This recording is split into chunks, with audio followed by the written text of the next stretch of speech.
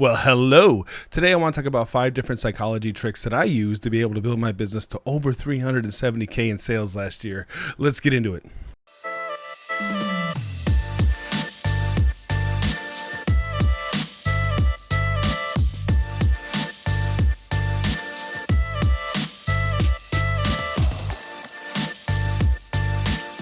What's going on, guys? Once again, welcome back to the channel. My name is Scott King. I run a DJ company over here in Orlando, Florida, www.djsorlando.com. Also have a coaching business. Website's right here if you want to learn the tips and tricks that I use to grow my business to over 370K sales last year. And, well, NLP, hypnosis, internet marketers all contributed to how I, run my day-to-day. So without further ado, let's get into the little presentation that I got.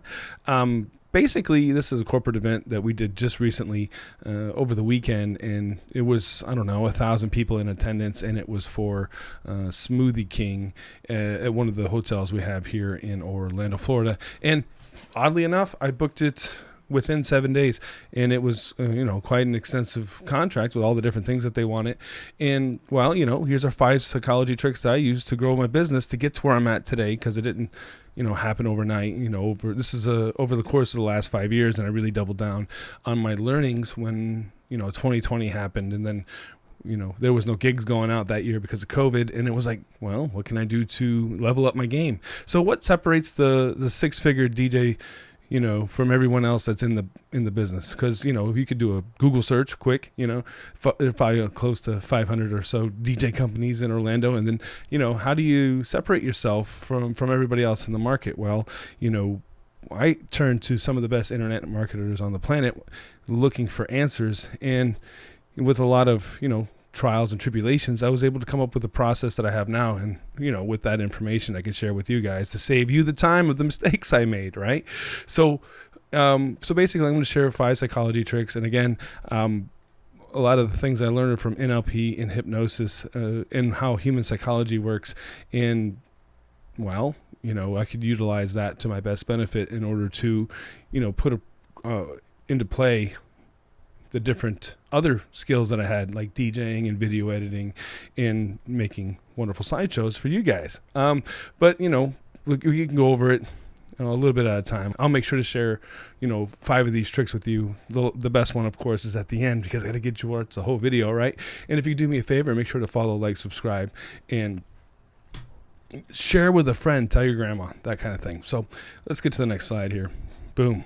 So basically, the first one is I don't put my prices on my website. Now, you might be thinking, why don't you put your prices on your website?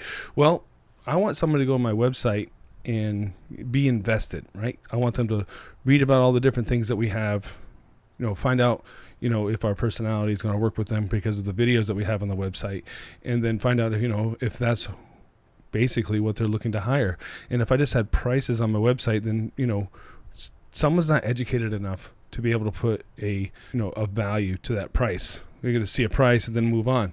I want somebody who's looking for the service to be customized, because that's what we say. What's your prices? Well, hop on a Zoom and we'll make sure to customize a package that works best for you to find out if we're a good fit for each other. Because remember, you don't have to take every lead that comes your way, or just because they have money doesn't mean they're a good fit for you. They can actually become, problem clients, like a Karen or something like that. And then when you set up these compliance steps, that'll help, weed out problem clients or problem leads that could become problem clients, that kind of thing. So just kind of keep that in mind. When you don't have your prices on your website, something magical happens. Only serious inquiries, will reach your inbox. By forcing potential clients to call or schedule a Zoom call meeting to discuss pricing, I created an opportunity to build rapport and demonstrate value before revealing any numbers. So make sure to keep that in mind too. Like, if you have rapport tricks or rapport training, you can use those when you're on a call with somebody or on a Zoom with somebody. So you can actually do that easily, through emails and text messages and whatever else. If you just give them all the information, you're not having a human interaction with somebody. So just just keep that in mind when you're building your business. You want to make sure that they're invested into your service type thing. This approach works because of two psychology principles, right? Price anchoring happens before value is established. People develop stronger commitment through direct conversation. So research shows that 78% of clients book with the first vendor who responds to their inquiry. By making that response a conversation rather than an email with pricing, I'm able to connect emotionally with prospects and position my services as an investment rather than an expense. So again, when you have the proper language patterns and training to run a sales call using NLP language patterns to make things sound naturally, then it'll be easier to book more contracts or have more leads turn into clients type thing. And it all happens with the process. And if you start it from the beginning a certain way, then they're subconsciously following your breadcrumbs and for the trail that you have. And that's basically what you want in order to build rapport. So with that in mind, I think I basically beat that one to death. Implementation tools, replace price. And then also one thing, you want to make sure to respond to your leads as soon as they come in as fast as possible. Replace price sheets with, schedule a consultation, kind of like what I have on the next slide. And then respond to inquiries within 15 minutes if you can, or maybe hire someone to man the phones. Use a scheduling tool that reminds clients about their appointment. And Go High Level also has a text-backs feature. We'll get back to them instantly if you want it to. And then prepare a value-focused script for initial conversations, which I have a whole training on how to run a sales call. And if you want that, hit me up or maybe find the video on the YouTube channel. Got so many videos these days. This will eliminate tire kickers and price shoppers from taking up your time, right? Not everybody is going to have the time for your service, and people could be just bothering you just to bother you, and they don't even want to buy something to begin with. So make them make moves in order to find out more information from you, to find out how committed they are to get the service. All right, let's go to the next slide. Boom. See, just like I was saying before, I don't know if you can see my mouse or not, but call or set up an appointment, explanation of all the services, and then, they still have to set up an appointment to get the prices, which makes them more invested. So again, pricing packages. A lot of companies out there will have, package 1, package 2, package 3, right? So traditional DJ businesses have package 1, package 2, package 3 for pricing, which immediately puts clients in a cost-cutting mode, right? So I have the approach of that everything you want, right? You can put all these things together. We'll put a discount on it at the end of the day. And then I actually throw stones that are people that have pricing packages 1, 2, and 3, because say something along the lines of, what are you trying to alley cart your way to a discount? And then you do all this work and all this complicated math, and then it ends up being more expensive than just going with the package to begin with. And I find that to be a struggle. Now, again, all these things could change depending on what market you're in, but me throwing stones at people that have this type of mentality or this type of, business model, it works out beneficial for me. So again, it depends on what you guys are looking to do. And then strategic discounting, I put it all together, add a discount at the end, and then call it a day. And then research shows that customers value customized experiences 40% more than standardized ones, right? By positioning everything as tailored specifically to them, I justify premium pricing while increasing customer satisfaction, right? So they feel heard and understood rather than boxed into a pre-made package. And that'll work out to your benefit, moving forward and explaining how your packages work. Just keep that in mind when you're sitting down with somebody and you have it structured out a certain way. And you can even throw stones at people that do that, because again, you're about setting yourself different than somebody else, and you want to set yourself as the professional. So next slide, right? Boom. Just put my head over this guy. Social proof stacking, right? There's many different ways you could do social proof, and then you could just explain it however it works out best for you, right? So basically I say something along the lines of, hey, look, we do about 300 events a year, and we found out that this works best if we do it this way, right? So there's one way. And then another way to do social proof, you could talk about the, prestigious venues that you're at, right? So I usually say, we're, at the theme parks all the time, either Disney or Universal, and we bring that, professionalism with us wherever we go.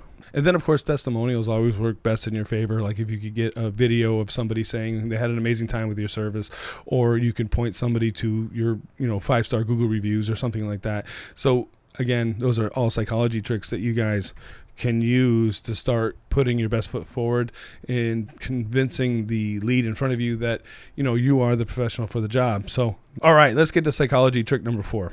What's the next one? Boom. Scarcity, right? So basically, I'm not a big fan of scarcity, but at the same time, when you run a business, you have to get an answer from somebody in order to be able to run the business smoothly, right? So if you just had an offer out there and then, they had until forever to sign, then you'd be stuck not knowing where to put your talent. So basically, the way it works with me, I'll explain that Saturday is a pretty busy day, so you might want to, decide within the next 7 days. And basically what I do is every time I get off the call with somebody, I'll say, hey, look, I'm going to send you an offer. It allows me to put the DJ on hold, and we'll give you a 7-day grace period to figure out if this is going to work for you. And you wouldn't even say it like that. You would just say, hey, look, what I'm going to do is 5 minutes after this call, I'm going to send you an offer. It allows me to put the DJ on hold. And once you've, decided to go ahead with the offer, see, I don't even think about the other way, like, oh, you could go with somebody else, but you place the words like, okay, well, once you decide that this is the best offer for you, then just go ahead and sign it, deposits X amount of dollars, and we then mark it as confirmed so that DJ is available for your date and not taking gigs somewhere else, right? So if you don't tell them they have to sign within 7 days, then they won't, right? So if they're not forced to make a decision, then they won't have to make a decision. And it's not like you're, being rude or anything. You just have a business to run. And then again, realistic scarcity is like, well, this is a Saturday. It could go away. Are you going to sign or not? That kind of thing. And then if you also play it off of like, we get so many offers a day, man, you're here today and gone tomorrow. The sooner you make up, your mind on this, the sooner you can get on to the next thing that you got to, plan for your event, whether it's a wedding or corporate event or whatever. And that's kind of how it worked with the corporate event I had. They were like, got so many things on their plate. They're just like, well, I got to make a decision on a DJ on top of doing 300 different things. If I could just get on to the next thing so I can get through this weekend with more sleep than I got last weekend, I'd be better off, right? So, and if you can make things easy for, corporate clients or wedding clients just to sign and move on to the next thing, then you set yourself as a professional. Like, hey, look, I do this all the time. Just sign here and we got you handled. And, sometimes that works out best because there's a lot of other things going on in other people's world. You know what I mean? All right. So, next trick, psychology tricks, right? I'll move my head over here. Boom.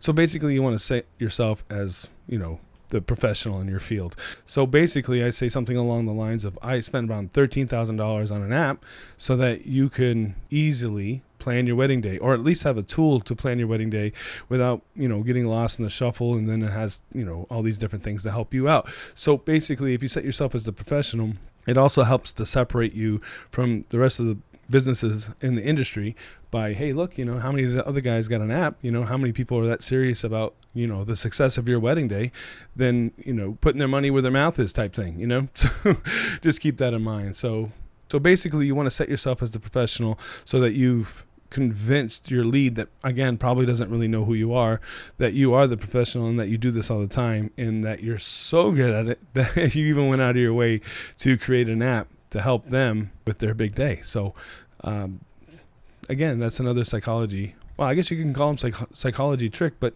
are they really tricks if you, do what you say and say what you mean? Yet at the same time, how much time do you have with somebody to convince them that you're, who you say you are? Benefits for your clients, right? Reduce decision. So anxiety, right? And analysis paralysis. Oh, I have all these different decisions. I don't know which one to make, right? So just keep that in mind as well, and confidence that they're choosing the best option by the information that you present, right? A customized experience that truly meets their needs because you're listening to them and then you're creating a package based on what they are telling you. And then the security of working with a proven expert. And again, if you're just proving yourself, you're the expert with your Google reviews and, testimonials and all the stuff that we went over, just make sure to keep that in mind. And then a memorable event that exceeds their expectations. Maybe they didn't expect to get all the things that they got from you, from the way you presented your information, and you left them feeling better than what they thought they were going to get into, because they, probably talked to a bunch of other jokers before they even got a chance to talk to you. Or if you're the first one, then you set the bar for whoever else they got to talk to after you. So just keep that in mind, right? And then benefits for your business. Significantly higher average bookings. And then, of course, you're going to book at higher prices because they're convinced of who you are. And then, of course, the longer you've been in the business, the easier it is to show your dependability, right? And then we have reduce price sensitivity when comparing and shopping, right? So, this guy must be worth more because of how he presented his information, and I'm convinced they're more professional in their industry. And then also keep in mind, I give them 7 days instead of 23 days to make up their mind, just because of how fast the industry moves. And then we have higher client satisfaction and referral rates because, we don't have no mess, no fuss. We just get down to the core of what they need and then make it happen, right? And then the freedom to focus on quality rather than volume. So anyway, we want to make sure that we keep our team busy by being able to find the best clients for our services. All right, so here's your path, right? Begin by moving prices on your website, and then create your social proof stack, right? All the different things that we talked about, and then establish authority as being the professional in your industry. So again, guys, when you're ready to get started with your business, basically the model that I used is for any service-based industry, and then you can, tweak things on how I was able to grow my business based on, what business that you have specifically.